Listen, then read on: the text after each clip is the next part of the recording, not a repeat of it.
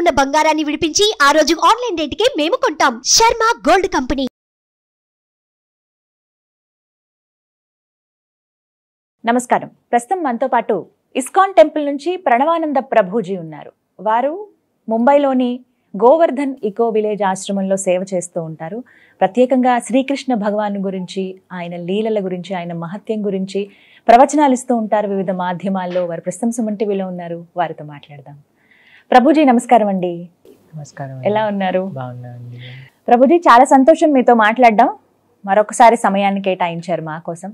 అయితే ప్రత్యేకంగా మీ గురించి విన్నప్పుడు, అంటే ఇస్కాన్ టెంపుల్లో కానీ ఇలా మీలా ప్రత్యేకంగా కృష్ణుడికి ఇంకా దగ్గరగా ఉండాలనే ఉద్దేశంతో మిగతా జీవితాన్ని అంతా త్యాగం చేసి కృష్ణ భగవానుడికి అంకితమై ఉంటారు.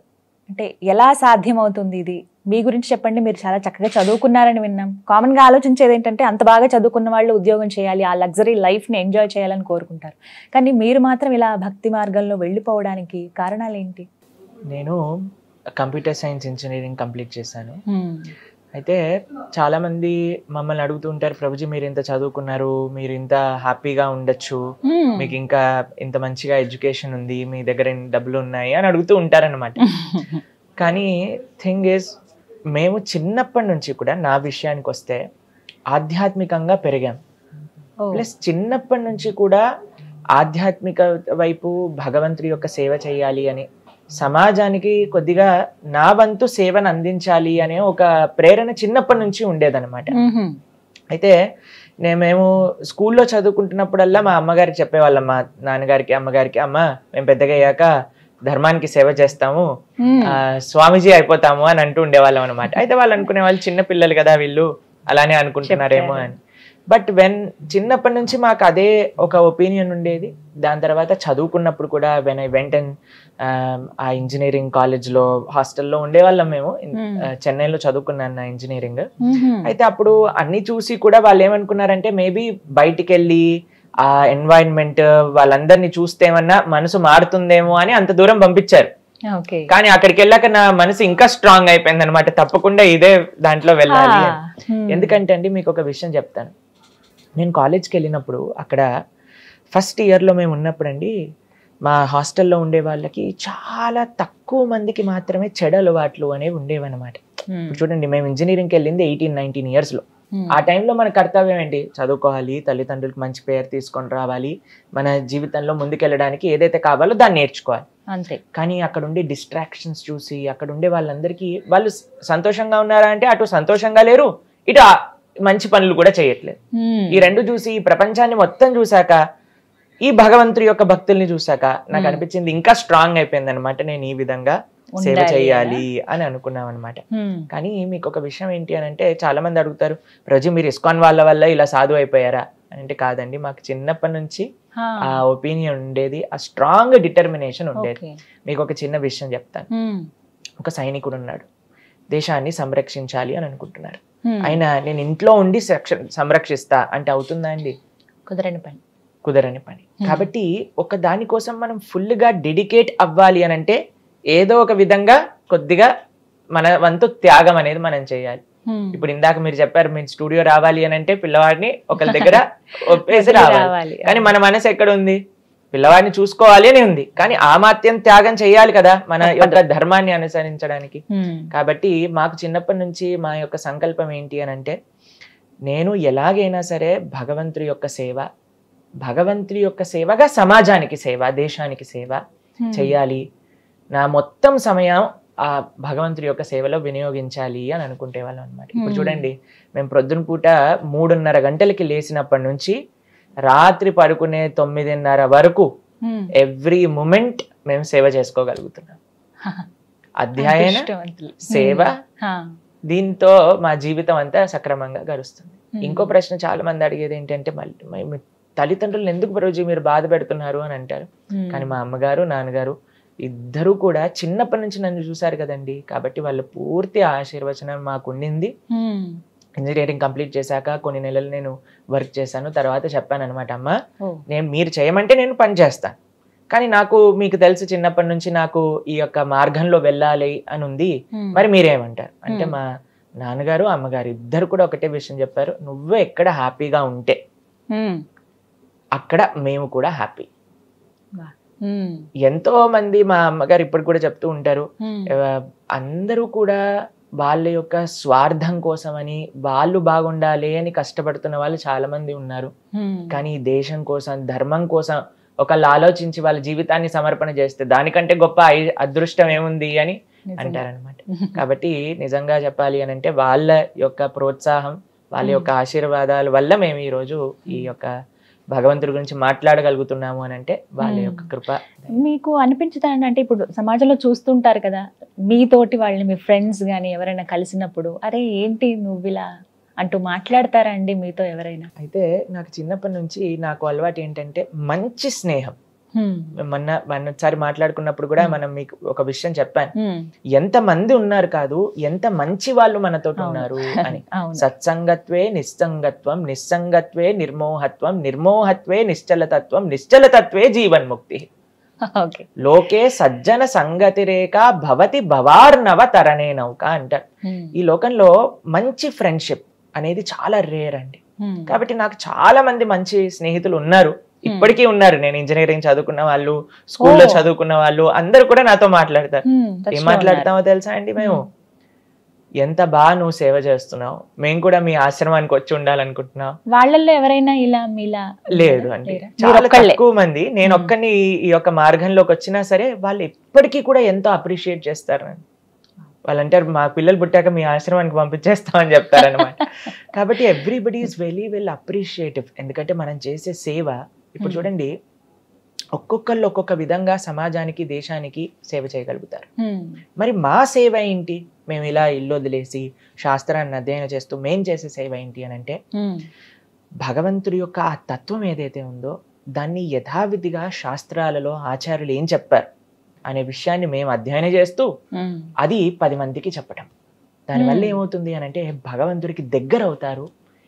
ఎప్పుడైతే మనం భగవంతుడికి దగ్గర అవుతామో ఈ ప్రపంచంలో ఉండే ఏ కష్టము కూడా మనల్ని బాధించలేదు. ఎదుర్కొనే శక్తి, ఆ ధైర్యాన్ని భగవంతుడు ఇస్తాడు. మీకు ఒక చిన్న స్టోరీ చెప్పనా? ఒకసారి ఒక పిల్లవాడు ఉన్నాడు, చాలా ధనవంతుల యొక్క కుమారుడు అనమాట. ఆయన తప్పిపోతాడు. తప్పిపోయినప్పుడు ఒక ఆయన చూస్తాడనమాట, అయ్యో ఈయన పిల్లవాడు తప్పిపోయాడు, ఏడుస్తున్నాడు కదా అని అనుకొని ఆ పిల్లవాడిని తీసుకొచ్చి వాళ్ళ ఇంట్లో పెట్టి చక్కగా తినిపించి స్నానం చేయించి రెడీ చేయించి ఆయన అంటారు, అయ్యా నేను నిన్ను చాలా బాగా చూసుకుంటా అని ఒక స్కూల్లో జాయిన్ చేసి పెంచుతూ ఉన్నాడు అనమాట. ఎవరింట్లో అయితే ఈయన పెరుగుతున్నారో దానికంటే వీళ్ళ యొక్క సొంత తండ్రి కొన్ని లక్షల కోట్ల రూపాయలు ఆయన దగ్గర ఉన్నాయి, చాలా ధనవంతుడు. ఇప్పుడు మీరు చెప్పండి, ఈయన ఆయనని చూసుకోవటం మంచిదా, వాళ్ళ తండ్రి దగ్గరికి పంపించడం మంచిదా? ఏది బెస్ట్ అంటారు? ఈయన బ్రహ్మాండంగా చూసుకుంటున్నారు, లోటు లేదు. కానీ ఈయన దగ్గర అన్ని డబ్బులు లేవు, అంత శక్తి లేదు చూసుకోవడానికి. కానీ తప్పిపోయిన పిల్లవాడు కదా అని చేరదీశాడు. కానీ ఈయనకు తెలుసు వాళ్ళ తండ్రి ఎక్కడున్నాడు, వాళ్ళ అమ్మ ఎక్కడుంది, వాళ్ళ ఇల్లు ఎక్కడుంది, అన్నీ తెలుసు. కానీ చెప్పకుండా ఈయన బ్రహ్మాండంగా చూసుకుంటున్నారు ఈ పిల్లవాడిని. ఏది బెస్ట్ అంటారు? ప్రేమే కదా కావాలి మనిషికి. ప్రేమ కావాలి, ఆప్యాయత కావాలి. ఎవరి దగ్గర నుంచి కావాలి? వాళ్ళ నిజమైన తల్లిదండ్రుల దగ్గర నుంచి కావాలి. కాబట్టి ఈయన అన్నిటికంటే బెస్ట్ సేవ ఏం చేయాలి? అయ్యా మీ ఇల్లు అడ్రస్ ఇది అని ఆయన తీసుకెళ్లి వాళ్ళ తల్లిదండ్రుల దగ్గర దిగబెట్టేసేయాలి. అప్పుడు వాళ్ళ తండ్రులు ఎంత బాగా సేవ చేసుకోగలుగుతారు ఈయనని. కాబట్టి మనం చేసే సేవ ఏంటి? ప్రభుపాదులు వారు చెప్తారు, ఇస్కాన్ని స్థాపన చేసిన వాళ్ళు, మనకి ఈ సమాజంలో సేవ, సమాజంలో అందరినీ ఒక మంచి డైరెక్షన్ లో తీసుకెళ్లటం. అయ్యా మన యొక్క తల్లిదండ్రులు వీరు, ఇది ధర్మం, ఈ ధర్మాన్ని ఆచరించండి. మళ్ళీ ఈ లోకంలోకి రావాల్సిన అవసరం లేకుండా చక్కగా భగవత్ ప్రాప్తి కలగచ్చు, ఆ స్వామిని సేవ చేసుకునే ఒక మంచి ఐశ్వర్యం కావచ్చు. మీరు చెప్పండి, మనం బాగా చూసుకోగలుగుతామా ఒక జీవుణ్ణి? భగవంతుడు బాగా చూసుకోగలుగుతాడా? ఖచ్చితంగా భగవంతుడే. కాబట్టి మనం ఏం చేస్తున్నాం? అన్నిటికంటే గొప్ప సేవ భగవంతుడిది, మీరు ఆయనని ఆశ్రయించండి అని చెప్తున్నాం అనమాట. అది ఈ సమాజానికి. ఈ రోజుల్లో చూస్తున్నాం కదా ప్రభుజీ, యంగర్ జనరేషన్ ఎక్కువగా స్పిరిచువల్ వేలో వెళ్తూ ఉన్నారు.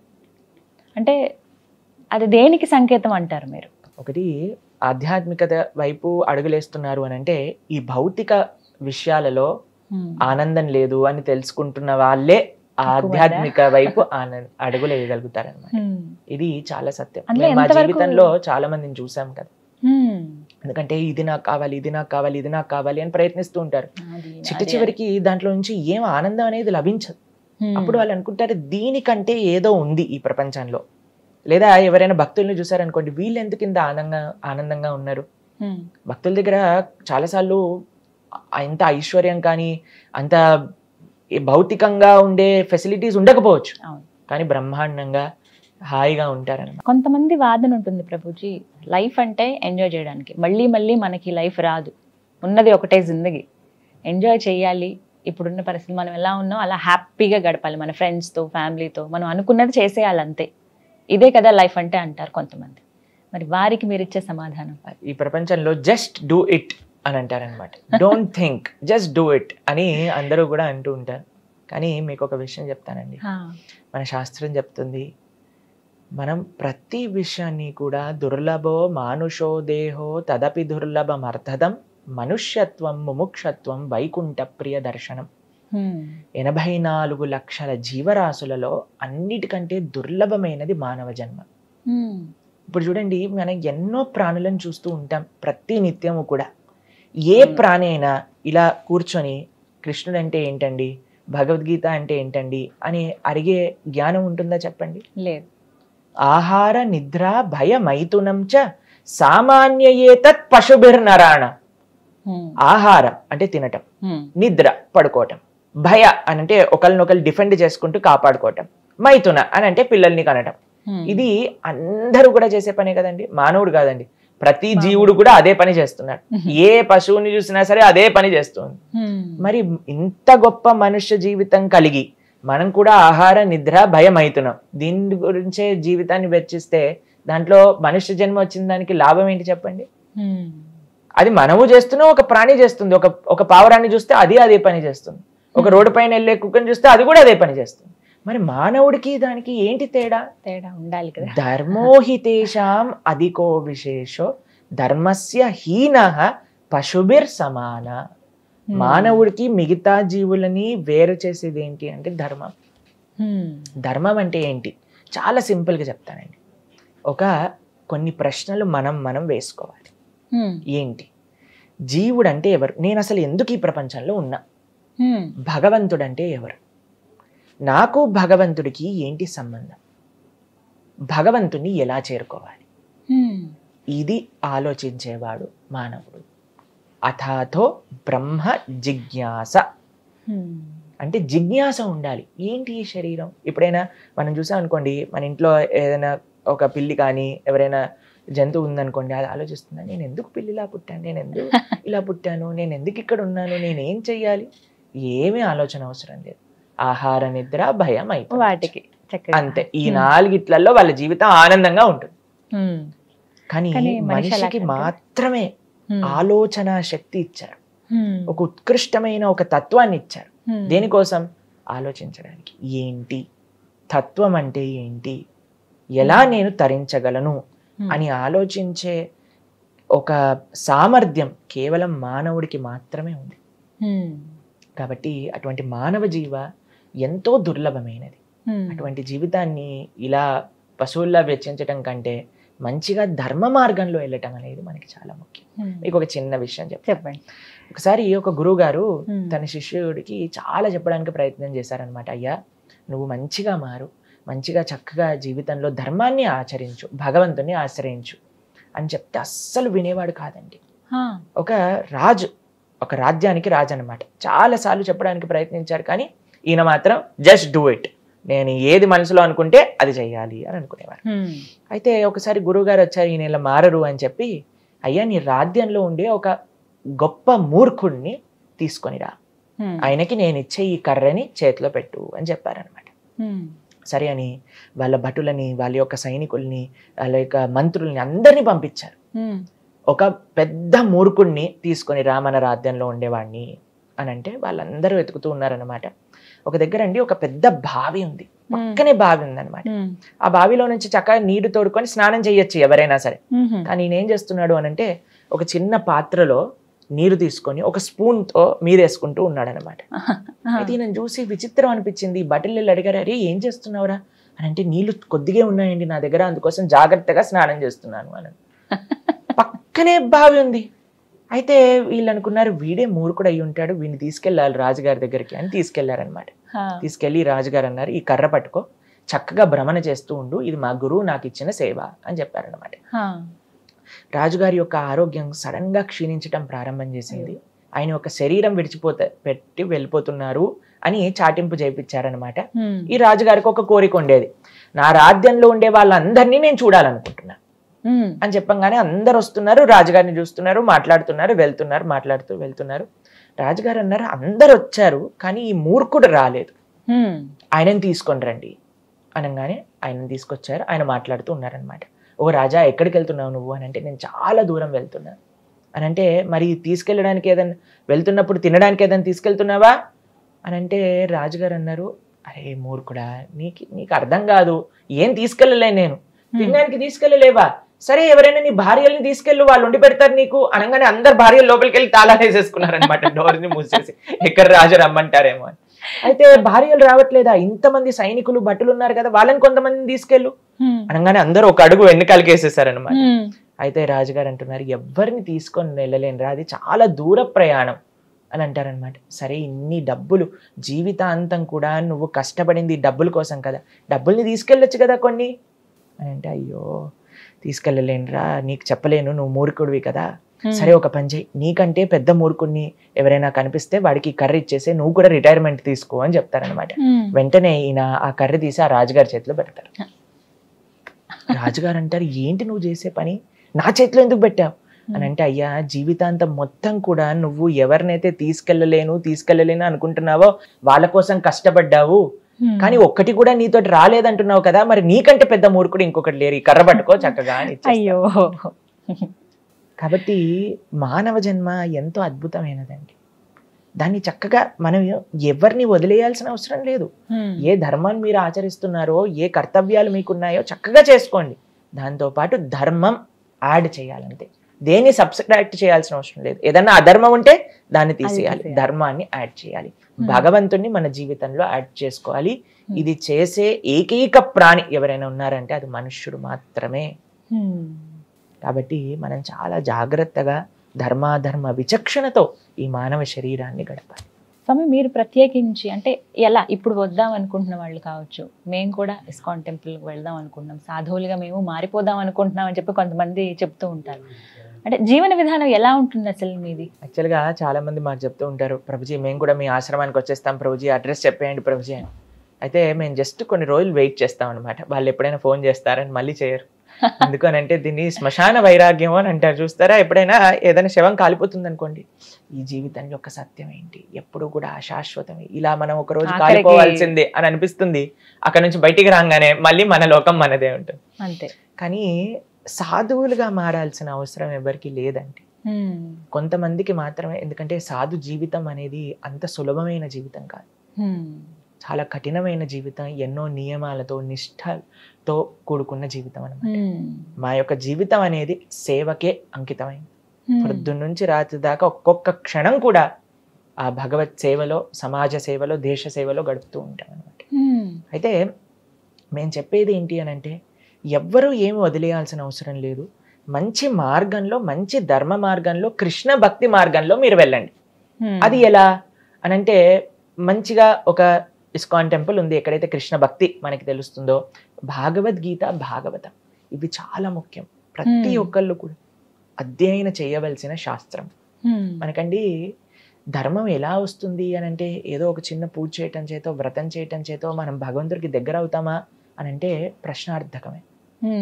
మరి ఎలా భగవంతుడికి దగ్గర అయ్యేది అని అంటే, ప్రహ్లాదుడు చెప్తాడు, శ్రవణం కీర్తనం విష్ణోహో స్మరణం పాదసేవనం అర్చనం వందనం దాస్యం సాఖ్యం ఆత్మ నివేదనం. మొట్టమొదటి అడుగు మీరు అన్నారు కదా, మాకు కూడా భగవంతుని తెలుసుకోవాలంది అని అనడానికి మొట్టమొదటి అడుగు ఏంటి అని అంటే, భగవంతుడి గురించి వినటం. ఏం వినాలి కృష్ణుడి గురించి తెలుసుకోవాలి అని అంటే, గీత, భాగవత, రామాయణాలు వినాలి. అందుకే మన పెద్దలు కూడా అండి, మీరు ఎక్కడైనా మీరు చూసారనుకోండి, భాగవత సప్తాహము అని చేస్తూ ఉంటారు. మన పెద్దలకి తెలుసు ఏ పుస్తకం మనల్ని ఉద్ధరింపజేయగలుగుతుంది, ఏ పుస్తకం మనల్ని భగవంతుడి దగ్గరికి తీసుకెళ్ళగలుగుతుంది అనేది దాన్ని ఇలా ఈ యొక్క భాగవత సప్తాహ రూపంలో అందించేశారనమాట. మనం ఎక్కడ చూసినా, ఏ గ్రామానికి వెళ్ళినా సరే అక్కడ భాగవత సప్తాహం జరుగుతుంది, రామాయణ నవాహం జరుగుతుంది అనమాట. ఈ రెండూ కూడా మానవుడికి చాలా దగ్గరగా ఉండి మనల్ని మన స్థాయి నుంచి భగవంతుడి దగ్గరికి తీసుకెళ్లే పుస్తకాలు అనమాట. కాబట్టి మనం కృష్ణుడికి దగ్గర అవ్వాలి అని అనుకుంటే ముందుగా చేయాల్సింది శ్రవణం, దాంతో పాటు చేయాల్సింది భగవంతుడి యొక్క నామ జపం. అటువంటి నామాన్ని మనం కీర్తన చేస్తూ అలా ఒక్కొక్క మెడుగు ముందు వేసుకుంటూ భగవంతుడి దగ్గరికి తెచ్చుకోవచ్చు. మీ జీవన విధానం స్వామి ఎలా ఉంటుంది? అయితే మా యొక్క జనరల్ స్కెడ్యూల్ మీకు చెప్తే మార్నింగ్ పూట 3:30 కల్లా మేము నిద్రలేస్తాం అనమాట. 3:30 ఎవ్రీడే నియమంగా మా ఆశ్రమంలో అందరూ కూడా 3:30 కల్లా నిద్రలేసి దాని తర్వాత మాకు స్నానాది కార్యములన్నీ కూడా తీసుకొని 4 గంటలకి మా ఆలయంలో ఫస్ట్ ఆరతి జరుగుతుంది భగవంతుడికి. అయితే 4:30 కల్లా అందరూ ఆరతిలో పాల్గొంటారు, ఆశ్రమ వాసులందరూ కూడా. దాని తర్వాత 2 గంటలు మంత్ర మెడిటేషన్, భగవంతుడి యొక్క నామాన్ని జపం చేస్తాం. హరే కృష్ణ కృష్ణ కృష్ణ హరే హరే, హరే రామ రామ రామ హరే హరే అనే ఈ మంత్రాన్ని జపం చేస్తాం అనమాట. అది 2 గంటల సాధన తర్వాత ప్రతిరోజు కూడా మాకు భాగవతం అధ్యయనం చేస్తాం అందరు భక్తులు కూడా కలిసి. మా ప్రసాదం అంటే మా ఆహారం రోజుకి 2 సార్లు, 9:30కు ఒకసారి, సాయంత్రం 4:30కు ఒకసారి. సూర్యాస్తమయం అయ్యే లోపలే మా ఆహారం అంతా కూడా పూర్తయిపోతుంది అనమాట. ఆ తర్వాత ఏమి తీసుకో? దాని తర్వాత ఇంకా మళ్ళీ నెక్స్ట్ డే మార్నింగ్ 9:30 వరకు ఏం తీసుకో. దీన్ని ఇప్పుడు సైన్స్ ప్రకారంగా ఇంటర్మీడియట్ ఫాస్టింగ్ అని పెట్టేశారనమాట పేరు. ఇది ఆశ్రమ సాంప్రదాయంలో, సనాతన సాంప్రదాయంలో ఎప్పటి నుంచో ఉందన్నమాట. అందరి యొక్క ఆరోగ్యం బాగుండడానికి మనకి సనాతన వైదిక సాంప్రదాయాన్ని చూసారనుకోండి, సూపర్ సైంటిఫిక్. మనం జస్ట్ తెలుసుకోవాలి ఏంటి అని. అలాని మొత్తం సైన్స్ కాదండి ఉంది, భగవత్ ప్రీత్యర్థం మన శరీరానికి మంచి చేసేవే మన సనాతన సాంప్రదాయంలో మనకి ఇచ్చారు మన పెద్దలు. కాబట్టి 9:30కు ఒకసారి, 4:30కు ఒకసారి. వాటి మధ్యలో మేము శాస్త్రాధ్యయన, సమాజ సేవ. సమాజ సేవ ఏ విధంగా అని అంటే, మేము చెప్పాము మా ముంబై ఎక్కడైతే మా ఆశ్రమం ఉందో అక్కడ అన్నిటికంటే పూరెస్ట్ డిస్ట్రిక్ట్ అన్నమాట, పాల్ఘర్ అనే డిస్ట్రిక్ట్. అయితే అక్కడ తినడానికి చాలా మందికి అసలు అన్నం పప్పు వండుకోవడానికి కూడా డబ్బులు ఉండవు. ప్రతిరోజు కూడా నా సేవ, పర్సనల్ గా నేను చేసే సేవ ఏంటి అని అంటే, మాకు మా ఆలయంలో ప్రసాదాన్ని తయారు చేసి కొంతమంది, ఎంతమంది ఆలయానికి వస్తే అంతమందికి ఫ్రీగా మేము భోజనం పెడతాం భగవంతుడి యొక్క ప్రసాదాన్ని. దాంతో పాటు ప్రతిరోజు మేము వండి వాటిని అక్కడ ఉండే గ్రామాలందరికీ పంపిస్తాం అనమాట, అక్కడ ఉండే ప్రజల కోసం అనమాట. ఇది మధ్యాహ్నం పూట ఇటు వంట వాళ్ళందరినీ పంపించడం, వాటన్నిటిని మేము చూసుకుంటాం. దాంతో పాటు శాస్త్రాధ్యయనం. ఇప్పుడు చూడండి, మనందరం భారతీయులం, వీఆర్ ఇండియన్స్ అంటారు. భారతీయత అంటే ఏంటి? భారతీయత అంటే భారతీయ సంస్కృతి సంప్రదాయం. భారతం అంటే కేవలం ఒక దేశం, దేశంలో ఉండే ఆ ప్రజలకు ఉండే సాంప్రదాయాలు. అదే మనకుండే సాంప్రదాయాలు అన్ని పోయాయి అనుకోండి, మనం కూడా వెస్టర్నర్స్ గా తయారైపోయాం, ఆల్రెడీ అయిపోయాం అనుకోండి, అది వేరే విషయం. కానీ రేపటి రోజున చాలా మంది అడుగుతూ ఉంటారండి, ఈయన ఇండియన్ లా మాట్లాడట్లేదు, ఈయన ఇండియన్ లా ఉండట్లేదు అని అంటే, we're sold out to western society, what can be done. కాబట్టి మన సంస్కృతి, మన సాంప్రదాయాలను మనం కాపాడుతూ ఉన్నాం అనమాట. దాంట్లో శాస్త్రాధ్యయన, శాస్త్రాన్ని 10 మందితో పంచుకుంటాం. అయితే మా ప్రసాద 2 సార్లు, 9:30, 4:30. దాని తర్వాత ఇంకా మనం ఏం తీసుకోమన్నమాట. మధ్యలో మేము చేసే సేవ ఏంటి అని అంటే, అక్కడ మా దగ్గర చాలా మంది చాలా పేదవాళ్ళు వస్తూ ఉంటారనమాట. ట్రైబల్ పీపుల్ చాలా మంది అందులో ఉండే కూడా. వాళ్ళందరికీ కూడా మేము ప్రతి నిత్యము కూడా మా వంటశాలలో ప్రసాదాన్ని చేయటం, వాళ్ళందరికీ నివేదన చేయటం. అలానే మేము చేయించి వేరే వేరే ప్రదేశాలలో ఊళ్ళకి కూడా పంపిస్తూ ఉంటాం. అక్కడ ఉండే వాళ్ళందరికీ కూడా ప్రతి నిత్యం అన్నదానం చేయడానికి అనమాట. ఒకసారి ప్రభుపాదుల వారు ఎవరైతే ఇస్కాన్ ని స్థాపన చేసిన ఆచార్యులు ఉన్నారో ఆయన చెప్పారు, ఇస్కాన్ ఒక టెంపుల్ 10 కిలోమీటర్స్ రేడియస్ లో ఎవ్వరు కూడా ఆకలితో పడుకోకూడదు.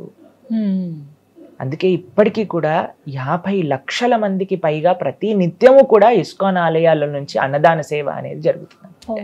ఇప్పటికీ ప్రతి నిత్యము కూడా. కాబట్టి అలా మేము ప్రొద్దున పూట సమాజ సేవ, దాంతో పాటు శాస్త్రాధ్యయనం. భారత భూమితో హోయిలో మనుష్య జన్మ జార్, జన్మ సార్థకకరి కర పర ఉపకార్. శ్రీ చైతన్య మహాప్రభు చెప్తారు, ఫస్ట్ జన్మ సార్థకం చేసుకోండి, దాని తర్వాత వేరే వాళ్ళకి హెల్ప్ చేయండి. మనకి ఫ్లైట్ లో వెళ్తున్నప్పుడు ఎయిర్ హోస్టెస్ చెప్తుంది, ఫస్ట్ మీరు మాస్క్ పెట్టుకోండి, దాని తర్వాత వేరే వాళ్ళకి హెల్ప్ చేయండి అని. కాబట్టి జన్మ సార్థకతలో మనం శాస్త్ర అధ్యయనం చేయటం, మిగతా వాళ్ళందరికీ కూడా ఆ శాస్త్రాన్ని బోధించటం అన్నమాట.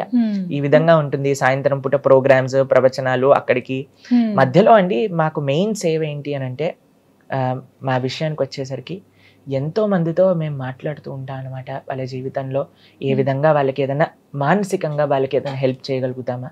హండ్రెడ్స్ ఆఫ్ యూత్ మాకు ఫోన్ మాట్లాడుతూ వాళ్ళకి ఏ విధంగా మనం జీవితంలో వాళ్ళకి ఒక ఎవరైనా డిప్రెషన్లో ఉన్నా, సూసైడల్ థాట్స్ వస్తున్నా సరే, వాళ్ళందరికీ ఒక మంచి భగవద్గీత మార్గంలో ఆ వెలుగుని నింపటం, ఇదే మనం చేసే సేవ అనమాట. ప్రతినిత్యము అలా ఉంటుంది. ఆశ్రమంలో గురువుల సేవ, భక్తుల యొక్క సేవ, సమాజ సేవ, శాస్త్ర సేవ, దేశ సేవ, ఇదే మా యొక్క జీవితం. దైవ చింతన ఉండాలి ఒక మనిషికి, కరెక్టే అది. కానీ మిగతా పనులు కూడా చేసుకుంటూ ఉండాలి.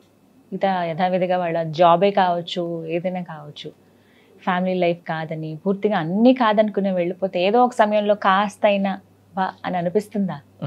మమ్మల్ని ఈ ప్రశ్న ఇటీవలే మా యొక్క రిలేటివ్ ఒక ఆయన అడిగారనమాట. ప్రభుజీ, మీరు చిన్నప్పటి నుంచి ఇంత ఆప్యులెంట్ గా పెరిగారు, చాలా గారాభంగా పెంచారు మీ తల్లిదండ్రులు ఇద్దరు కూడా, ఎప్పుడు కూడా ఏ కష్టం రానివ్వకుండా, మరి ఆశ్రమంలో మీరు సాప పైన పడుకోవాలి, అక్కడ మీకు ఏం ఫెసిలిటీస్ ఉండవు, మరి మీకు ఎలా అనిపిస్తుంది, కఠినంగా అనిపించదా అని అంటే, మీకు ఒక విషయం చెప్తాను.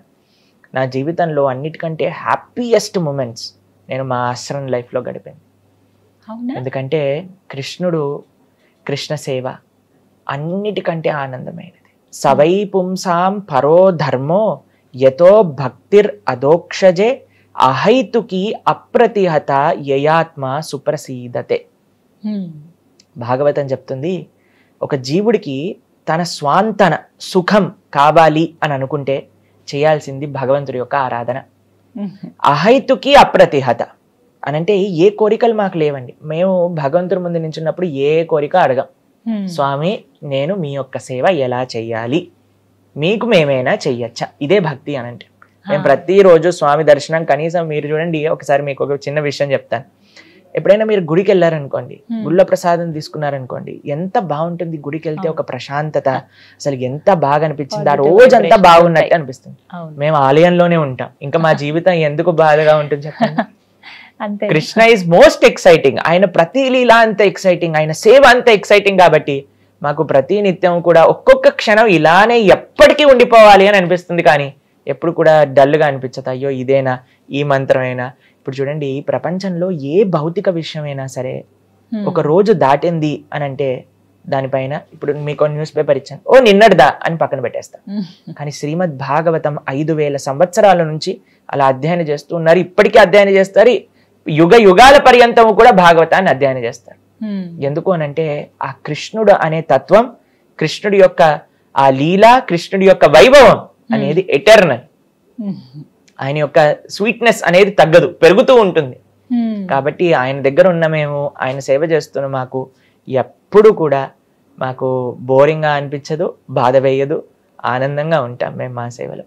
ఇంకో చిన్న విషయం మీరు అడిగారు, అన్నిటినీ చూసుకోవాలి, ఎక్స్క్లూజివ్ గా అన్నిటినీ వదిలేసి కృష్ణుడిని ఆశ్రయించాల్సిన అవసరం ఏముంది అని అన్నారు మీరు చూడండి, ఏ జీవుడైనా సరే, ఎవ్వరమైనా సరే, జీవేర స్వరూపహోయ్ కృష్ణేర నిత్యదాస్. మనము వీఆర్ ఎ స్పిరిచువల్ బీయింగ్, ఆత్మ ఆధ్యాత్మికం.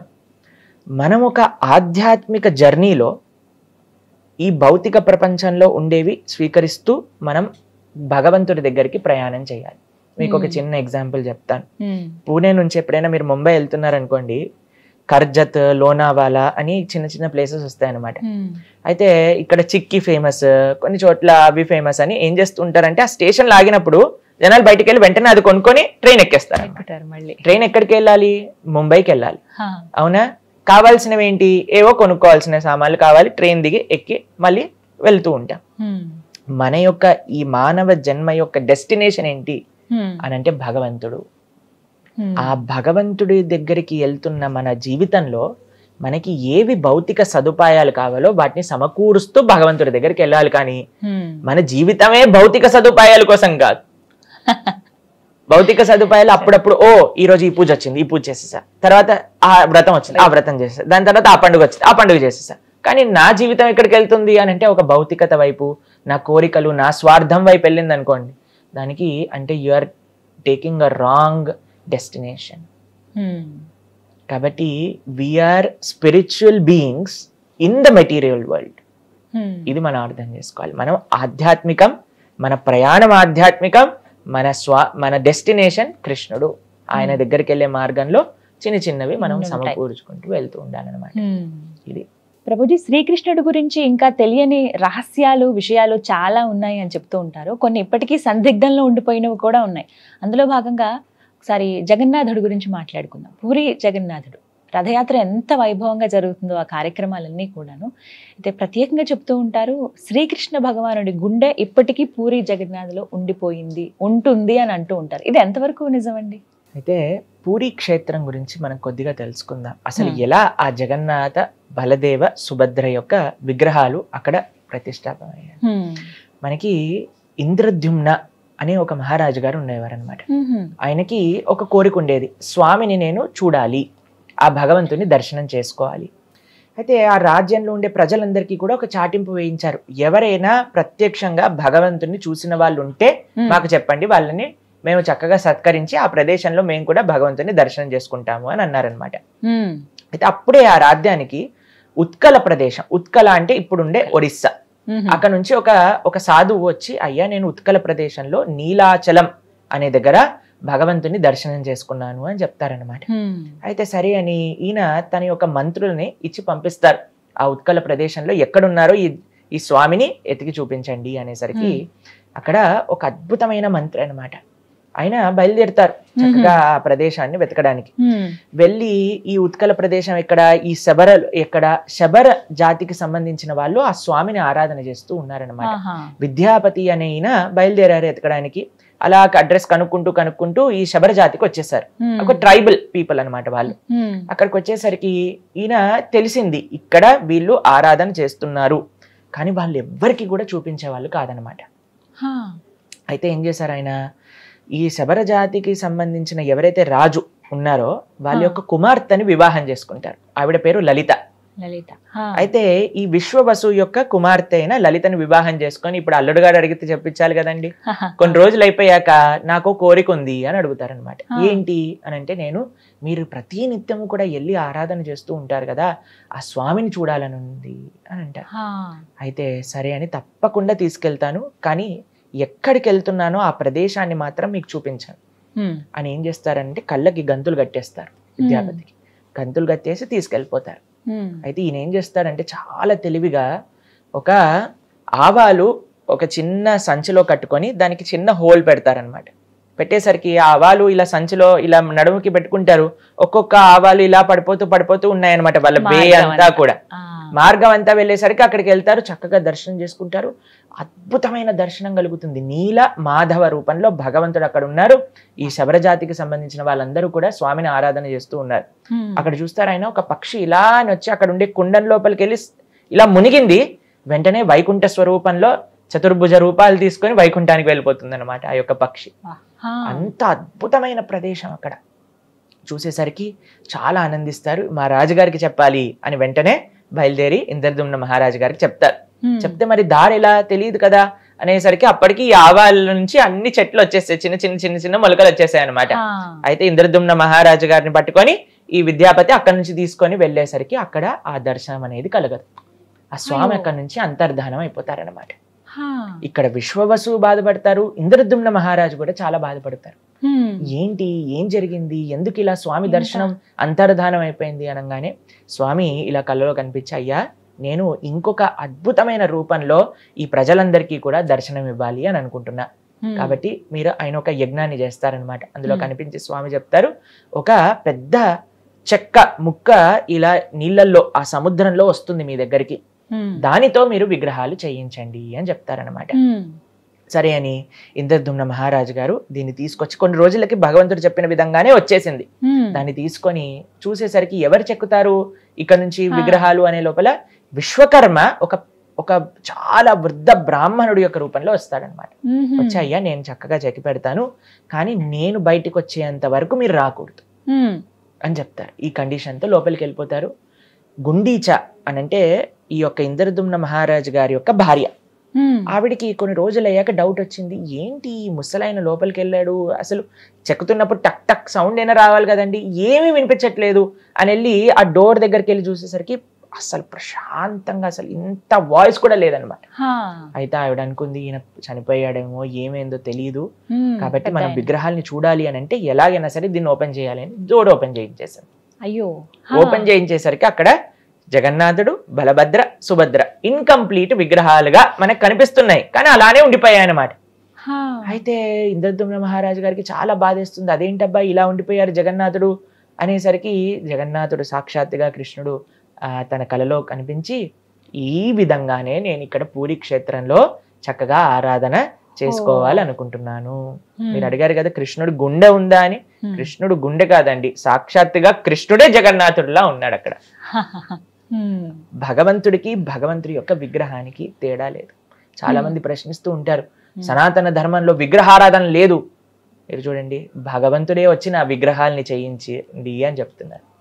కాబట్టి మనం స్వామి యొక్క శ్రీ విగ్రహాన్ని ఆరాధన చేస్తుంటే అది సాక్షాత్తుగా భగవంతుణ్ణి ఆరాధన చేసినట్టే. మన సనాతన వైదిక సంస్కృతిలో ఎన్నో ప్రమాణాలు ఉన్నాయి మనకి విగ్రహారాధన అన్నిటికంటే శ్రేష్టమైన మార్గము అని చెప్పడానికి. కాబట్టి ఎవరైతే మీ దాంట్లో విగ్రహారాధన లేదు, విగ్రహారాధన అవసరం లేదు అనే వాళ్ళందరికీ కూడా జగన్నాథుడి యొక్క లీలే ప్రత్యక్ష ప్రమాణం. స్వామి సాక్షాత్తుగా తన విగ్రహాన్ని చేయించుకున్నారు. చేయించుకున్నాకండి ఒక అద్భుతమైన ఆలయాన్ని ఇంద్రదుమ్న మహారాజు గారు నెలకొల్పుతారు. చాలా పెద్ద కథ అండి, అది మీకు కొద్దిగా చిన్నగా చెప్తాను. అయితే ఈ ఆలయం వచ్చాక ఈ ప్రతిష్ఠ ఎప్పుడైతే చేస్తారో భగవంతుడు ఇంద్రదుమ్న మహారాజు గారిని అడుగుతారు, ఇంత నా కోసం సేవ చేసావు, ఇంత తపనగా నా ఆలయాన్ని కట్టించావు, ఇంత ప్రేమతో నన్ను ఆరాధన చేస్తున్నావు, నీకు ఏదన్నా కోరిక ఇవ్వాలనుంది, మీరు ఏదన్నా వరం కావాలి అని అంటే కోరుకోండి అని అంటారనమాట. అప్పుడు ఇంద్రదుమ్న మహారాజు గారు 3 కోరికలు కోరుకుంటారు. మీరు ఎప్పుడైనా విన్నారా ఏ కోరికలు అవి అని? ఒకటి ఏంటి అని అంటే, అయ్యా నీ చేతులు ఎప్పుడు కూడా తడిగా ఉండాలి. అంటే ఏంటో తెలుసా, ఎప్పుడు కూడా తింటూ ఉండాలన్నమాట, భోజనం చేస్తూ ఉండాలి, స్వామి ప్రసాదాన్ని నైవేద్యాన్ని స్వీకరిస్తూ ఉండాలి. స్వీకరించి చేతులు కడుగుతారు కదండి, చేతులు కడుక్కోగానే ఇంకో నైవేద్యం రావాల్సిందే అక్కడికి ఇంకొకటి. కాబట్టి పూరి జగన్నాథ క్షేత్రంలో ఉండే ఒక విలక్షణమైన సాంప్రదాయం ఏంటి అని అంటే, ప్రతి నిత్యము కూడా భగవంతుడికి నైవేద్యం సమర్పణ చేస్తూ ఉంటారన్నమాట. పూరికి ఎంత మంది వెళ్తే అంత మందికి భగవంతుడి యొక్క మహాప్రసాదం అనేది లభిస్తూ ఉంటుంది. కొత్త మట్టి కుండల్లో స్వామికి చేస్తూ ఉంటారనమాట నైవేద్యం. ఎంతో వేల మంది సేవకులు కేవలం భగవంతుడి యొక్క నైవేద్యాన్ని ఉండడానికి అక్కడ సేవ చేస్తూ ఉంటారు. ఎంతో బాగుంటుందండి. పూరికి వెళ్ళి మీరు చూసారనుకోండి, అసలు ఆ వంటశాల, ఆ వంట గది లోపలికి వెళ్ళనివ్వరు, బయట నుంచి చూస్తే కట్టెల పొయ్యి మీద కొత్త కొత్త కుండలతో వాళ్ళందరూ కూడా తయారు చేస్తారు. అక్కడ ఒక పెద్ద బావి ఉంటుంది, ఆ బావిలో నుంచి నీళ్లు తీసుకొచ్చి వంటింట్లో అందించటము కొన్ని తరతరాలుగా చేస్తున్నారనమాట వాళ్ళ యొక్క వంశీకుల సేవ. కొన్ని వేల మంది పూరి ఆలయంలో సేవ చేస్తూ ఉంటారు. ప్రతి నిత్యము కూడా భగవంతుడికి ఈ విధంగా నైవేద్యాలు అనేవి సమర్పణ అవుతుంది. అవందరినీ కూడా భక్తులకి పంచిపెడుతూ ఉంటారనమాట. ఇది మొట్టమొదటి కోరిక. రెండో కోరిక ఏంటి అని అంటే, అయ్యా నీ దర్శనం ఎప్పుడు కూడా భక్తులకి అవుతూ ఉండాలి. కాబట్టి పూరి క్షేత్రంలో జగన్నాథుడు చాలా కొద్దిసేపు మాత్రమే నిద్రపోతారు. మామూలు సమయంలో ఎప్పుడు కూడా దర్శనం. మీకు విషయం తెలుసా, అక్కడ విచిత్రం ఏంటి అని అంటే, స్వామికి అలంకరణ చేసేటప్పుడు కూడా భక్తులు దర్శనం చేస్తూ ఉంటారనమాట. స్వామికి అలంకరణ తీసేసి నెక్స్ట్ అలంకరణ వేస్తూ ఉంటారు, అయినా సరే భక్తులు దర్శనం చేసుకుంటూ ఉంటారు. జనరల్ గా ఆలయంలో మనం చూసాం అనుకోండి, అలంకరణ అయిపోయాక కర్టెన్లు తీసి దర్శనం ఉంటుంది, కానీ పూరిలో ప్రతి నిత్యము దర్శనమే అనమాట. మూడో కోరిక ఏంటో తెలుసా అండి, నాకెప్పుడు కూడా పిల్లలు పుట్టకూడదు. అయితే ఎందుకు ఇంద్రదుమ్న మహారాజు గారు ఇలా అన్నారు అని అంటే, ఇప్పుడు నాకు పిల్లవాడు పుట్టాడు అనుకోండి, వాడు అంటాడు ఇది మా నాన్న కట్టించిన గుడి, వాళ్ళ పిల్లవాడు అంటాడు మా తాత కట్టించిన గుడి, దీనికి నేను అర్హుణ్ణి, నాకు స్పెషల్ దర్శనాలు కావాలి, నేను చెప్పింది జరగాలి. అయ్యా ఇది నీ గుడి, నీ భక్తుల గుడి, నీకు నీ భక్తులకి ఎవ్వరు మధ్యలో రాకూడదు, చక్కగా వాళ్ళందరూ నేను సేవ చేసుకోవాలి, కాబట్టి నా అనేవాడు ఉండాల్సిన అవసరం లేదు అని అన్నారండి ఇంద్రదుమ్న మహారాజు. ఇప్పుడు చూడండి, అంత భగవంతుడు వచ్చి మీ కోరికలు నెరవేరుస్తా అని అన్నప్పుడు ఇంద్రదుమ్న మహారాజు తన కోసం తాను ఏమన్నా అడిగాడా అండి? అయ్యా నువ్వు బాగుండాలి, నువ్వు బాగా తినాలి, నువ్వు నీ భక్తులకి మంచిగా కృప చూపించాలి, నా అనేది ఉండకూడదు. నువ్వు నీ భక్తులు ఇద్దరు కూడా చక్కగా మీ పైన ప్రేమ వాళ్ళు చూపిస్తారు, వాళ్ళ పైన ప్రేమ నువ్వు చూపించు. ఇది నిజమైన భక్తి అని అంటే జగన్నాథపురిలో ఉంది. సాక్షాత్తుగా కృష్ణుడు, సాక్షాత్తుగా బలరాముడు, సాక్షాత్తుగా సుభద్ర. నీలాచల నివాసాయ నిత్యాయ పరమాత్మనే బలభద్ర సుభద్రాభ్యాం శ్రీ జగన్నాథాయ తే నమః. ఆ నీలాచలంలో ఉంది సాక్షాత్తుగా కృష్ణుడే. అయితే అక్కడ ఉండే సాంప్రదాయం, ఆ లోకల్ సాంప్రదాయం ప్రకారంగా నాభి బ్రహ్మ అని అంటారు. అది ఏంటో తత్వం ఇంకా అంత ఎవరికి కూడా తెలియదు, అదొక రహస్యం. నాభి బ్రహ్మ అది జగన్నాథుడి లోపల నుంచి ఇంకొక విగ్రహం లోపలికి ట్రాన్స్ఫర్ చేస్తారు అనేది మనం చూస్తూ ఉంటాం.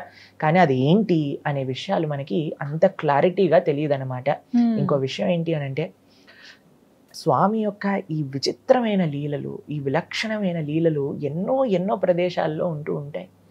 కానీ జగన్నాథపురిలో ఉండే కృష్ణుడు, మనం ఆ నాభి బ్రహ్మ చేత కృష్ణుని జగన్నాథుని ఆరాధన చేయట్లేదు, జగన్నాథుడు కృష్ణుడు కాబట్టి ఆరాధన చేస్తున్నాం.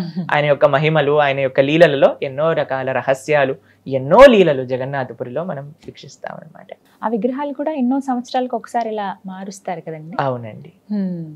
వాటి గురించి కూడా చాలా ఆసక్తిగా ఉంటాయి విన్నా కూడా. నిజమే, లీలలు చాలా భగవంతుడు ఉంటాయి. అక్కడ చెప్తారు ఏంటి అని అంటే భగవంతుడికి నిజంగా మారాల్సిన అవసరం లేదు. ఒకసారి భగవంతుడి యొక్క విగ్రహాన్ని మనం ఆరాధన చేస్తున్నాం మనస్సుతో ఆవాహన చేసి అని అంటే అక్కడ సాక్షాత్తుగా భగవంతుడు వచ్చి ఉన్నారు. ప్రాణ ప్రతిష్ఠ అని అంటారు, మీరు వినే ఉంటారు కదా. భగవంతుణ్ణి ఆ విగ్రహం లోపలికి ఆవాహన చేస్తాం అన్నమాట. చాలా మంది అంటారు మీరు రాయిని పూజ చేస్తున్నారు. నేను రాయిని పూజ చేయట్లేదండి, రాయి లోపలిని భగవంతుని ఆహ్వాన చేసి. ఇప్పుడు చూడండి, ప్రేమ మీరు ఎవరి దగ్గరైనా ఉంది అని అనుకోండి, అయ్యా మీరు తప్పకుండా రావాలి మా దగ్గరికి అని అంటే మీరు వెళ్తారా లేదా? వెళ్తారా అండి? ఆహ్వానిస్తే ఖచ్చితంగా తప్పకుండా వెళ్తారు కదా. ప్రేమతో ఆహ్వానం చేస్తే తప్పకుండా వెళ్తారు కదా. మరి భగవంతుడు ప్రేమైక మూర్తి అన్నప్పుడు అంతటా ఉండే స్వామి ఆ రాయిలో ఎందుకు ఉండరండి? అయ్యా స్వామి నిన్ను ఈ విధంగా నేను ఆరాధన చెయ్యాలి అని అనుకుంటున్నప్పుడు మనం ప్రేమతో ఆహ్వానం చేస్తే ఎందుకు స్వామి రాడండి కదా.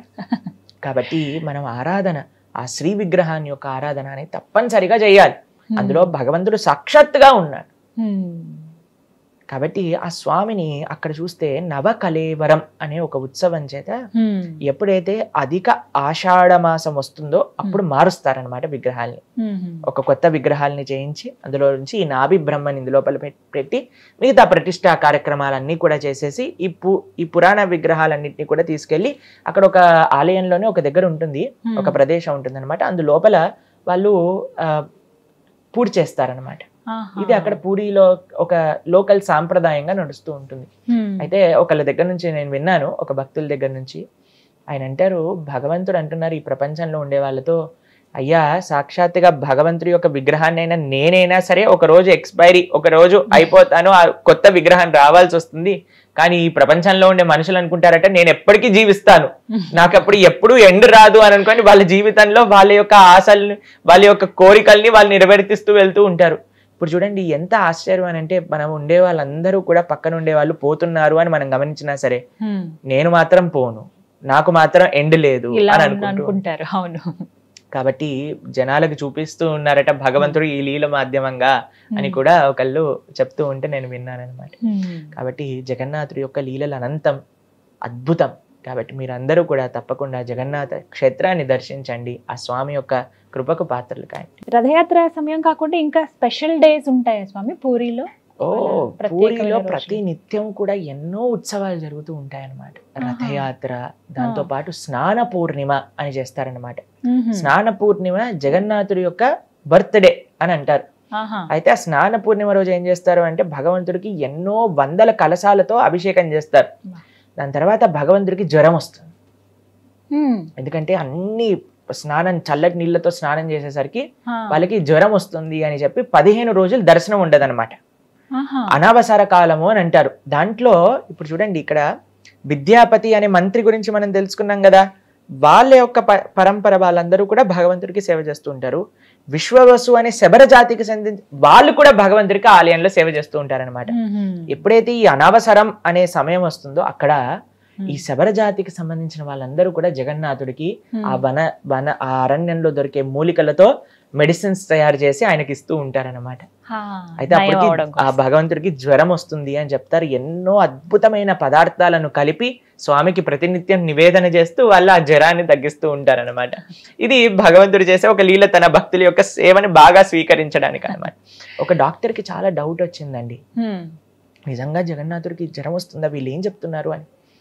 అయితే ఆయన ఎప్పుడైతే ఇలా ఒక పండితుడు ముందు, ఆ పూజారి ముందు అన్నాడో ఆయనకు చాలా కోపం వచ్చేసింది అనమాట. చెయ్యి పట్టుకుని డాక్టర్ని డైరెక్ట్ గా టెంపుల్లో ఎప్పటికీ దర్శనం ఉండదు ఆ 15 రోజులు, అయినా సరే నన్ను పట్టుకొని తీసుకెళ్లిపోయారు.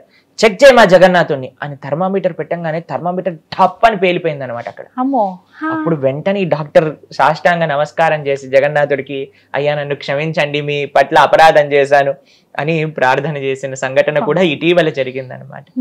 కాబట్టి జగన్నాథుడు భగవంతుడు ఆలయంలో ఉండే భగవంతుడైనా మన ఇంట్లో ఉండే స్వామి అయినా సరే సాక్షాత్తుగా భగవంతుడు, దాంట్లో ఎటువంటి డౌట్ కూడా లేదు. ప్రభుజీ, కృష్ణ భగవాన్ గురించి మాట్లాడుకునేటప్పుడు వారి వారసులు ఇప్పటికీ ఉన్నారా అని అంటారు. ఎందుకంటే శ్రీరాముని వారసులు అని చెప్పి ఈ మధ్యకాలంలో కొంతమందిని ఇలా చూపిస్తూ ఉన్నారు, వాళ్ళ ఫ్యామిలీ వాళ్ళు తరతరాలుగా ఇలా వస్తూ ఉన్నారు, వీళ్ళంతా కూడా శ్రీరాముని వంశస్థులు అని చెప్పి.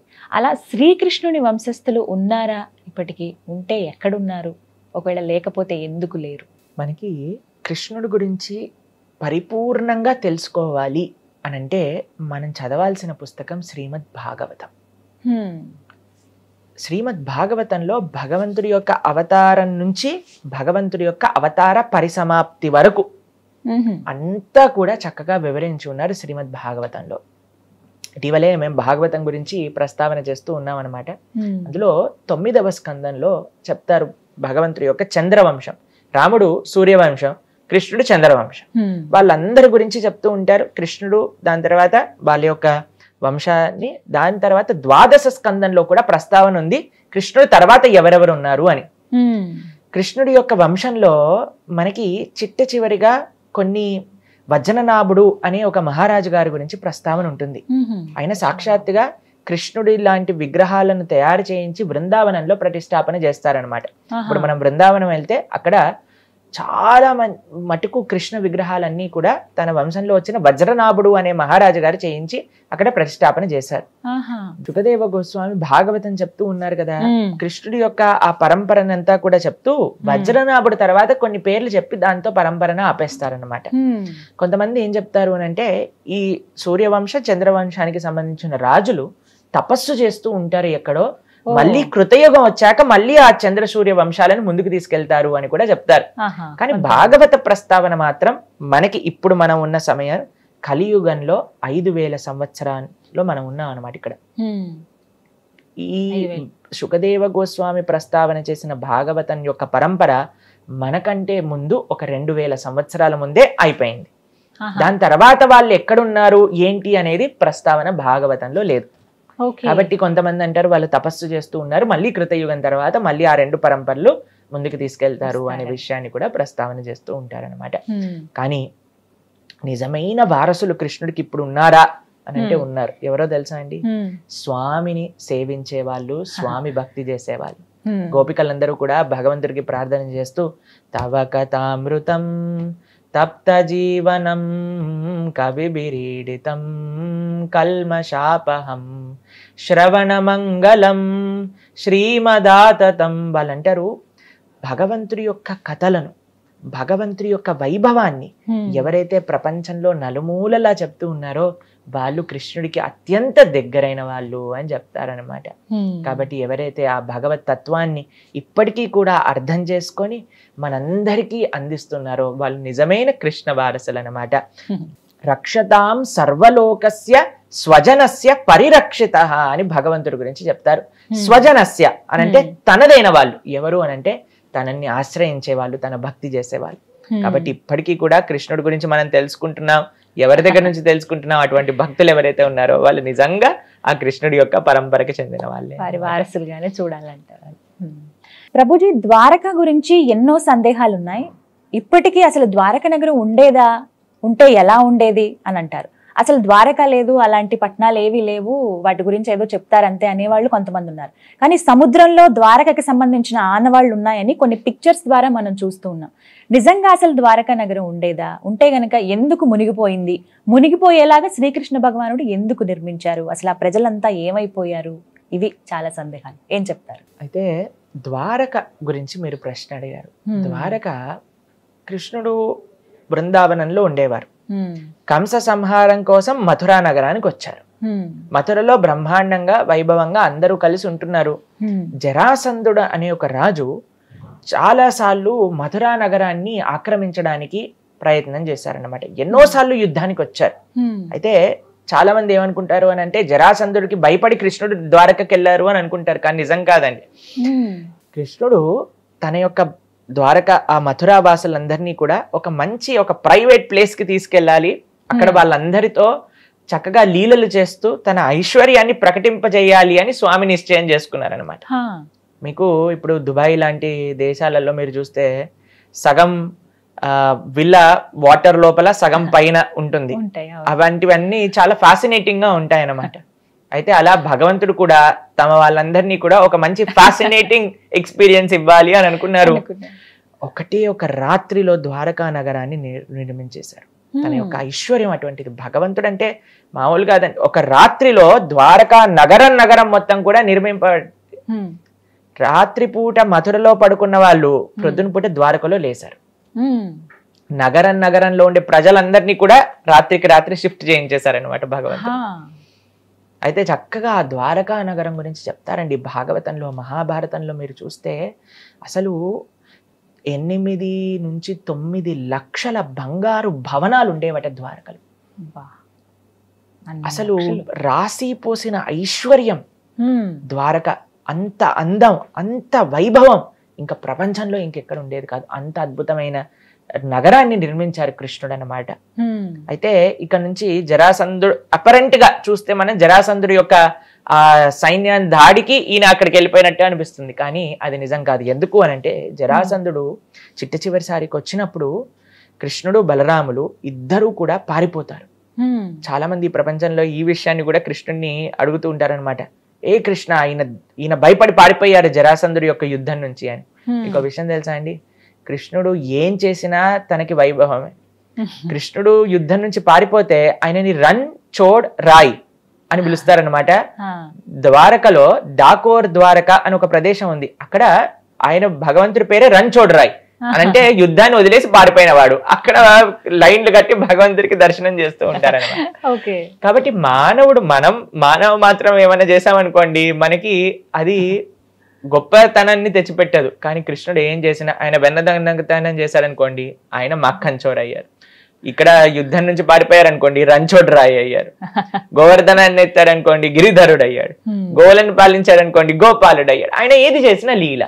ఆయన చేసేదే దానికోసం. నేను ఏం చేసినా సరే అందరూ కూడా అనుకుంటారు మా కృష్ణ బలరాములు పరిగెత్తిపోతున్నారు అని ఎక్సైటింగ్ గా చూస్తారనమాట. ఏమైంది అంటే జరాసంధుడు తన యొక్క సైన్యం మొత్తం కూడా వేసుకొని కృష్ణ బలరాములు వెనకాల పడతారండి. అయితే అక్కడ ప్రహసన అనే ఒక పెద్ద పర్వతం, చాలా పెద్దదనమాట, దాని పైకి ఎక్కేస్తారు. అప్పుడు ఈయన జరాసంధుడు అనుకుంటారు మంచి పని అయింది, వీళ్ళిద్దరు ఈ పర్వతం పైకి వెళ్ళిపోయారు, చుట్టూ కూడా మంట పెట్టిచ్చేస్తాడు అనమాట. ఆ పర్వతం చుట్టూ కూడా ఈ పర్వతంలో కాలిపోతారు ఈ కృష్ణ బలరాములు ఇద్దరు అని. అయితే ఏం చేస్తారు తెలుసా, ఎప్పుడైతే ఆ మంట ఇలా పైకి వస్తుందో కృష్ణ బలరాములు ఇద్దరు కూడా ఎన్నో యోజనాలు పొడవున్న ఆ పర్వతం పై నుంచి లాంగ్ జంప్ చేస్తారు. పర్వతం నుంచి కిందకి హ్యాపీగా సేఫ్ ల్యాండింగ్ అయ్యి మళ్ళీ వాళ్ళు ద్వారకా నగరానికి వెళ్ళిపోతారనమాట. కాబట్టి ఈ ప్రపంచంలో మనకి చాలా మంది భగవంతులు దొరుకుతూ ఉంటారు ఈ కలియుగంలో. మెయిన్ గా వాళ్ళకి చెప్పాల్సింది ఒక టెస్ట్, మీరు బిల్డింగ్ మీద నుంచి కిందికి దూకండి, మీ కాళ్ళు చేతులు ఇరగకపోతే అప్పుడు మనం భగవంతుడిగా యాక్సెప్ట్ చేసుకోవచ్చు అనమాట. కానీ ఇప్పుడు విచిత్రం ఏంటంటే కలియుగంలో బీపీ షుగర్ ఉన్న భగవంతులు, దగ్గే భగవంతులు, నేను భగవంతుని అంటారనమాట. కానీ కృష్ణ బలరాముల యొక్క లీలల్లో మేము చూస్తాం ఎప్పుడు కూడా యశోదమ్మ ఒక రోజు కృష్ణుడిని హాస్పిటల్ కి తీసుకెళ్ళినట్టుగాను ఏదన్నా మెడిసిన్ వేసినట్టుగాను ఎక్కడా కూడా లేదనమాట. అది భగవంతుడి యొక్క లక్షణం. ఆయన భగవంతుడు, మనందరం జీవులం. అయితే ఎందుకు ఈ విషయాన్ని ప్రస్తావన చేశారంటే కృష్ణుడికి ఏం భయపడాల్సిన అవసరం లేదు. కృష్ణుడు ద్వారకా నగరాన్ని నిర్మించింది కేవలం తన భక్తులకి ఒక ఎక్స్క్లూజివ్ ప్రదేశాన్ని అందించాలి, వాళ్ళతో చక్కగా లీలలు చేయాలి అని ఆ ద్వారకా నగరాన్ని నిర్మించారు. అయితే ద్వారకా నగరంలో ఉండే వాళ్ళు ఎవరు, ఆ యదుకులంలో ఉండే వాళ్ళు ఎవరు అని అంటే సాక్షాత్తుగా నిత్య ద్వారక భగవంతుడి యొక్క లోకం నుంచి అవతరించిన వాళ్ళే అన్నమాట. అందరూ కూడా భగవంతుడి యొక్క అవతార పరిసమాప్తి జరిగిపోతుంది అన్నప్పుడు వాళ్ళు కూడా స్వామి యొక్క లోకానికి వెళ్ళాలి కదా. అందుకోసం స్వామి ఏం చేశారు అని అంటే ఆ ద్వారకా నగరాన్ని మొత్తం కూడా సముద్రంలో తీసుకెళ్లిపోయేటట్టుగా ఒక ఆలోచన చేశారు అని మనం వింటాం. కానీ ఇప్పటికీ కూడా మనం వెళ్తే ద్వారక కనిపిస్తుంది మనకి, సముద్రంలో కూడా ఉంది, మనం చూస్తాం. మీరు చెప్పినట్టుగా ఒక ఆర్కియలాజికల్ డిపార్ట్మెంట్ వాళ్ళు ఎక్స్కవేట్ చేశారు అని మనకి నేషనల్ జియోగ్రఫిక్ ఛానల్లో ఆ వీడియోని కూడా ఇప్పటికీ మనం చూస్తాం, చిన్నగన్నప్పటి నుంచి చూస్తాం. అయితే విచిత్రం ఏంటి అని అంటే వాళ్ళ డాటర్ మా ఆశ్రమానికి వచ్చారనమాట కొన్ని నెలల ముందు. ఆవిడతో మేము చాలాసేపు మాట్లాడాం. వాళ్ళ నాన్నగారికి ఎలా ఈ యొక్క ఐడియా వచ్చింది, కృష్ణుడు ఎలా స్ఫూర్తిని కలిగించారు, ఎలా ఎక్స్కవేషన్లో ఎన్ని భగవంతుడి యొక్క అద్భుతమైన ఎక్స్పీరియన్సెస్ వాళ్ళ తండ్రి గారికి కలిగాయి అనే విషయాలన్నీ కూడా వాళ్ళ డాటర్ మాతో పంచుకున్నారనమాట. ఏం చెప్పారండి? అయితే ఆవిడ చెప్తున్నారు ఎలా వాళ్ళ నాన్నగారు ఎప్పుడైతే ఈ భాగవతం వాళ్ళు చిన్నప్పటి నుంచి వింటూ ఉన్నారో తప్పకుండా ఈ ద్వారకా నగరాన్ని నేను ఎలాగైనా సరే ప్రకాశింపజేయాలి అని ఒక దీంతో చాలా సార్లు ప్రయత్నం చేశారట. ఆయనకి సరైన హెల్ప్ వచ్చి వాళ్ళ యొక్క సరైన టీం తయారయ్యి వాళ్ళ లోపలికి వెళ్ళి చూస్తూ ఉంటే ఎన్ని అద్భుతాలు. ఆ సముద్రంలో ఉండే ద్వారక ఎలాగైతే శాస్త్రంలో కృష్ణుడి యొక్క ద్వారక ఎలా ఉందో అలానే వాళ్ళకి ఆ ద్వారక లోపల కనిపించిందనమాట. ఏ ఆనవాళ్ళు ఏ చిహ్నాలు ద్వారకా నగరంలో ఉండేవో అవన్నీ కూడా ఆ సముద్రంలో కనిపించాయి. కాబట్టి భగవంతుడు ఉండేవాడా, కృష్ణుడు రాముడు ఉండేవాడా అనే వాళ్ళందరికీ ప్రశ్న. రాముడు ఉన్నాడా అంటే రామసేతు ఉంది, కృష్ణుడు ఉన్నాడా అంటే ద్వారక ఉంది. కాబట్టి భగవంతుడు విలక్షణమైన రూపంతో విలక్షణమైన లీలలు. ఇప్పుడు చూడండి, మనం ఒక ప్రదేశానికి వెళ్తాం, వెళ్ళినప్పుడు ఏం చేస్తాం, మన బట్టలు, ఇంకొంతమంది అయితే వాళ్ళు తినే వాటర్ బాటిల్ అన్నీ కూడా తీసుకెళ్తారు. తీసుకెళ్ళాక ఒక ప్రదేశంలో ఉంటాను 2-3 రోజుల తర్వాత ఏం చేస్తాం, మళ్ళీ అన్ని సామాన్లు చదువుకొని ఆ సూట్ కేసుని మూసుకొని మనతో పాటు తీసుకెళ్తాం. అంతేనా? భగవంతుడు ఈ ప్రపంచంలోకి వచ్చినప్పుడు తన పార్షదులు తన లోకం అంతటితో ఇక్కడికి వస్తారు, మళ్ళీ తీసుకెళ్ళిపోయేటప్పుడు అందరినీ తీసుకెళ్లి పైకి వెళ్ళిపోతారు.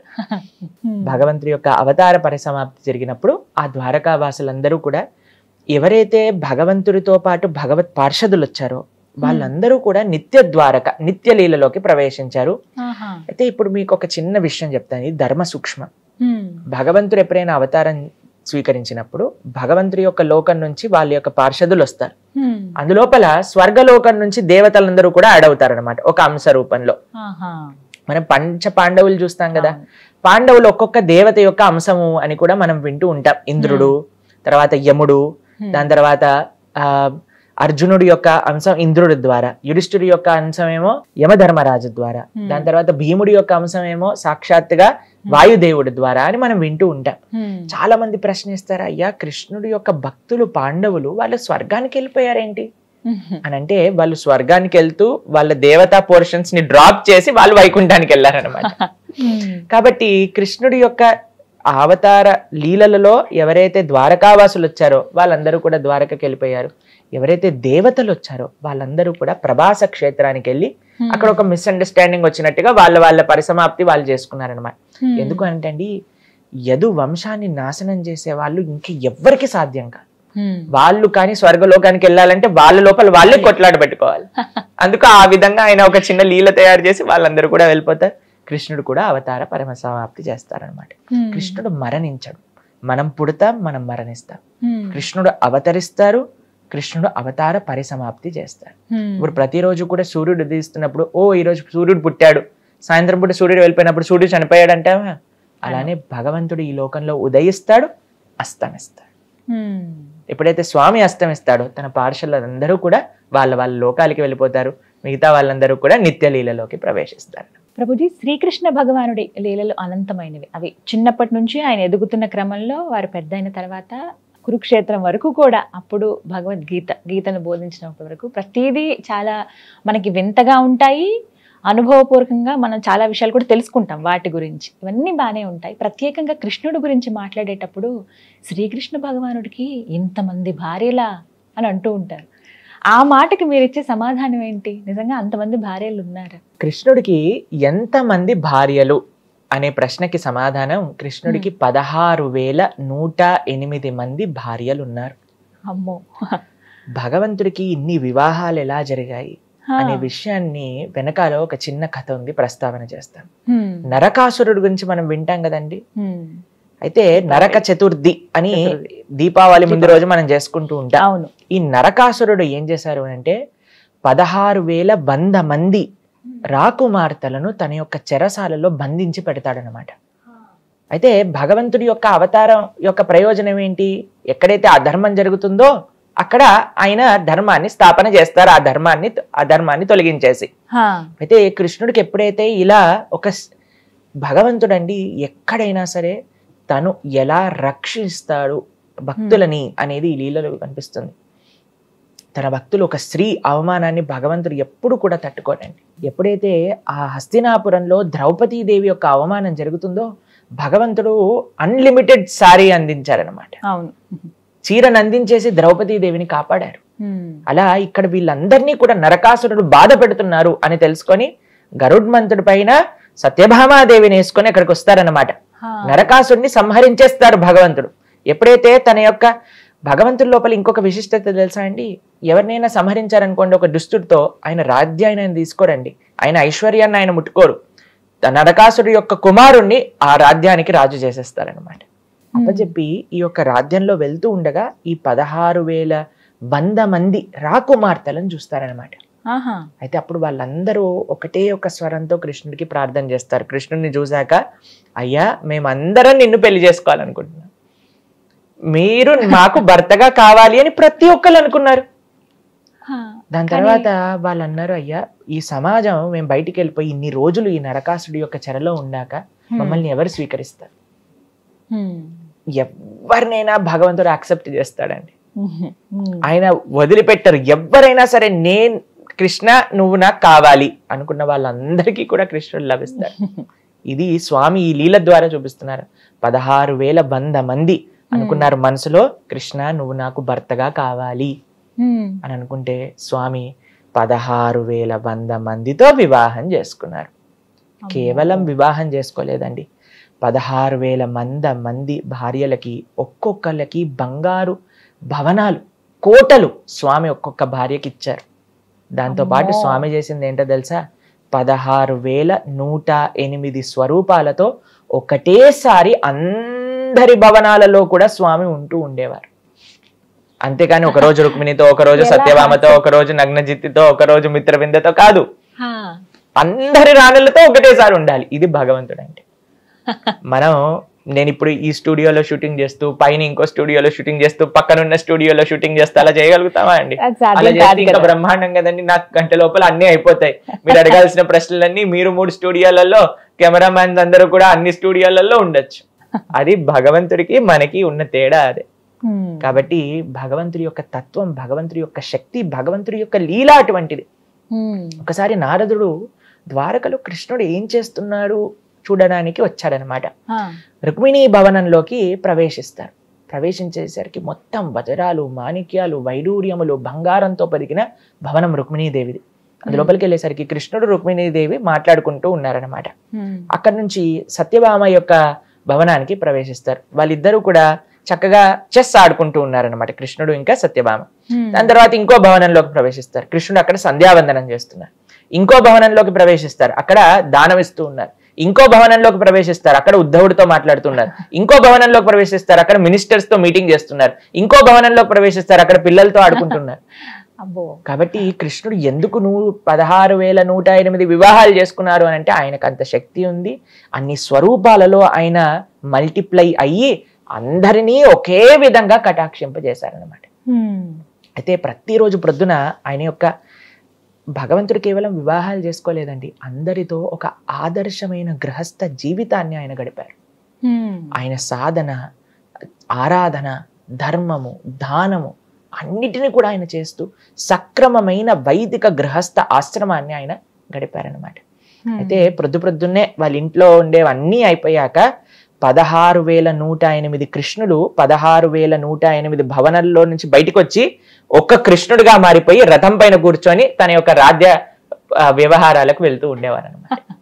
కాబట్టి ఎవరైనా ఈ ప్రపంచంలో నాకు కృష్ణుడు ఆదర్శండి, మేము కూడా పెళ్లి చేసుకుంటామంటే ఫస్ట్ మీరు 2 అయ్యి చూపించండి, మాతో పాటు మాట్లాడండి 4-5 స్వరూపాలతో, తర్వాత మీరు ఏం చేసుకున్నా మేము ఒప్పుకుంటాం. కాబట్టి ఇది కృష్ణుడి యొక్క తత్వం, కృష్ణుడికి మాత్రమే సాధ్యం, కృష్ణుడికి మాత్రమే సాధ్యం అది. కాబట్టి చాలా మంది కృష్ణుడు ఎందుకు ఇలా చేశాడు అని అంటే, కృష్ణుడు చేస్తే మేం చేస్తే తప్పేంటి అని అంటే, ఫస్ట్ మీరు చేయాల్సిన పని ఏంటో తెలుసా? గోవర్ధనాన్ని ఎత్తండి. గోవర్ధనం కాదండి, ఇక్కడ చిన్న వాటర్ బాటిల్ని ఒక 7 నిమిషాలు పట్టుకొని చూద్దాం, ఒక కుర్చీని పట్టుకొని చూద్దాం, మనకి ఏం సాధే కాదు. నేను చాలా మందికి చెప్తుంటా, ఫస్ట్ మీరు ఒక్క కుటుంబాన్ని చాలా బ్రహ్మాండంగా చూసుకోండి, అదే చాలా పెద్ద విషయం. ఒక భార్య, ఒక భర్త, పిల్లలు, తల్లిదండ్రులు, అత్తామామలు, వీళ్ళని ఒక్క కుటుంబాన్ని మనం జాగ్రత్తగా చూసుకోగలుగుతున్నామా అండి? ఈ గొడవ, ఆ గొడవ, ఈ పని, ఈ మిస్అండర్స్టాండింగ్స్ వీటిలలో ఉన్నప్పుడు మనకి భగవంతుడి పైన ఆయన ఇన్ని వివాహాలు చేసుకున్నా సరే ఎక్కడ ఆయనకి ఫ్యామిలీ ప్రాబ్లం వచ్చింది అన్నట్టుగా వినలేదు మనం. ఇదే అడగాలి స్వామి, ఆయనకి ఎక్కడ కూడా గొడవలు పెట్టుకున్నారు, వాళ్ళు వచ్చి వీళ్ళతో వాళ్ళతో పోరైంది అని భాగవతంలో ఎక్కడా వినాం. అందరూ రాణులు కూడా ఎంతో ఆనందంగా ఉన్నారనమాట. అందరూ కురుక్షేత్రానికి ఒకసారి వెళ్తారనమాట, సూర్యగ్రహణం వస్తుంది అప్పుడు. ఇప్పుడు అందరు వెళ్ళినప్పుడు ద్రౌపది దేవి అందరు రాణులతో మాట్లాడుతుంది. అసలు వాళ్ళు ఎంత ఆనందపడతారంటే, కృష్ణుడు నిరంతరం కూడా కృష్ణుడి గురించి ఆలోచిస్తూ ఉంటారు, అందరూ హ్యాపీగా చూసుకోగలిగాడు అనమాట కృష్ణుడు. అది కృష్ణ తత్వం. కేవలం 16,108 రాణులు కాదండి, ఎంత మంది స్వామి దగ్గరికి వెళ్ళినా స్వామి కటాక్షించగలరు, స్వామి చూసుకోగలుగుతారు.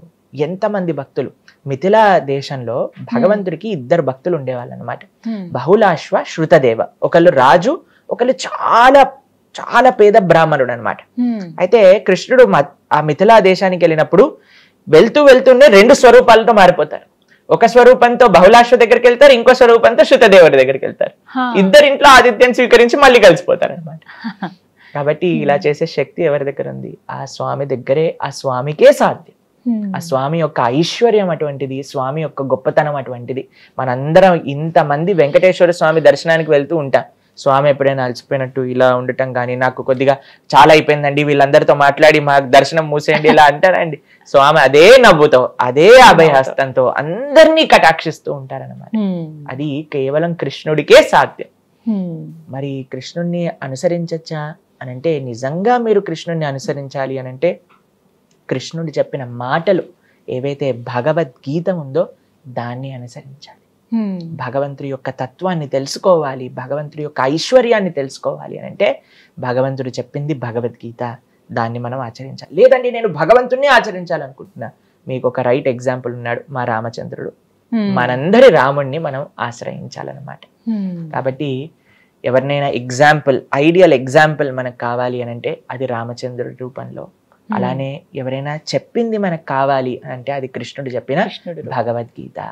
వీటిని మన జీవితంలో నిత్య ఆచరణ యోగ్యం. ప్రభుజీ, కొన్ని చిత్రాల్లో చూస్తూ ఉంటాం కదా కృష్ణుడికి సంబంధించి, అంటే ఇప్పటి జనరేషన్ కృష్ణుడు అలా మిక్స్ చేసి కొన్ని సినిమాలు తీస్తూ ఉన్నారు. అందులో కార్తికేయ 2 అనేటువంటి చిత్రం వచ్చింది. కార్తికేయ మొదటి సినిమా బాగా సక్సెస్ అయింది, ఆ తర్వాత కార్తికేయ 2 తీసుకున్నారు.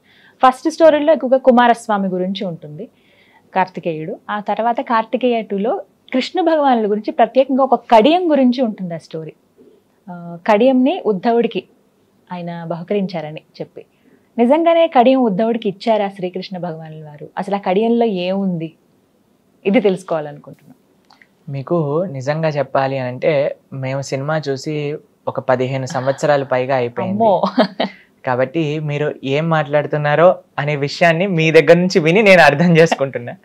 కాబట్టి శాస్త్రరీత్యా చూస్తే, ఎందుకంటే ఇందాక చెప్పుకున్నట్టుగా కృష్ణుడి గురించి తెలుసుకోవాల్సిన ప్రతి విషయము కూడా శ్రీమద్ భాగవతంలో మనకు అందించారు. అయితే భాగవతంలో ఎప్పుడైతే భగవంతుడి యొక్క అవతార పరిసమాప్తి, ఆయన గోలోకానికి వెళ్ళిపోవాలి అనే సమయానికి ఏమవుతుంది అని అంటే, ఆయన యొక్క అశ్వత్థ వృక్షం దగ్గర కృష్ణుడు ఇలా శరీరాన్ని ఇలా ఆంచుకొని కూర్చుంటారనమాట. అప్పుడు ఉద్ధవుడు వస్తాడు ఆ ప్రదేశానికి అనమాట. దాంతో పాటు మీకు ఒక విషయం చెప్తాను, మైత్రేయుడు అనే ఒక మహర్షి కూడా అక్కడికి వస్తారనమాట. వీళ్ళిద్దరూ మాత్రమే భగవంతుడి యొక్క అవతార పరిసమాప్తి జరిగేటప్పుడు కృష్ణుడి దగ్గర ఉన్నారు.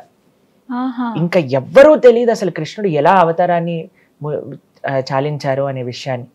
అయితే వీళ్ళిద్దరు వస్తున్నప్పుడు కృష్ణుడు వాళ్ళిద్దరితో మాట్లాడుతూ, ముఖ్యంగా ఉద్ధవుడితో మాట్లాడుతూ, భగవంతుడు ఇచ్చినది అన్నిటికంటే గొప్ప ఒక ఐశ్వర్యాన్ని ఉద్ధవుడికి ఇస్తాడు. ఏంటో తెలుసా అండి ఆ ఐశ్వర్యం? శ్రీమద్ భాగవతాన్ని కృష్ణుడు తన సొంత నోటి ద్వారా ఉద్ధవుడికి ఉపదేశం చేస్తారనమాట. ఉద్ధవ గీత అని అంటారు భాగవతంలో. ఎంతో అద్భుతమైన విషయాలు కృష్ణుడు ఉద్ధవుడికి చెప్తారు. మైత్రేయుడు కూడా ఆ సమయానికి అక్కడ ఉన్నాడు కాబట్టి మైత్రేయుడు కూడా ఈ విషయాన్ని వింటారనమాట.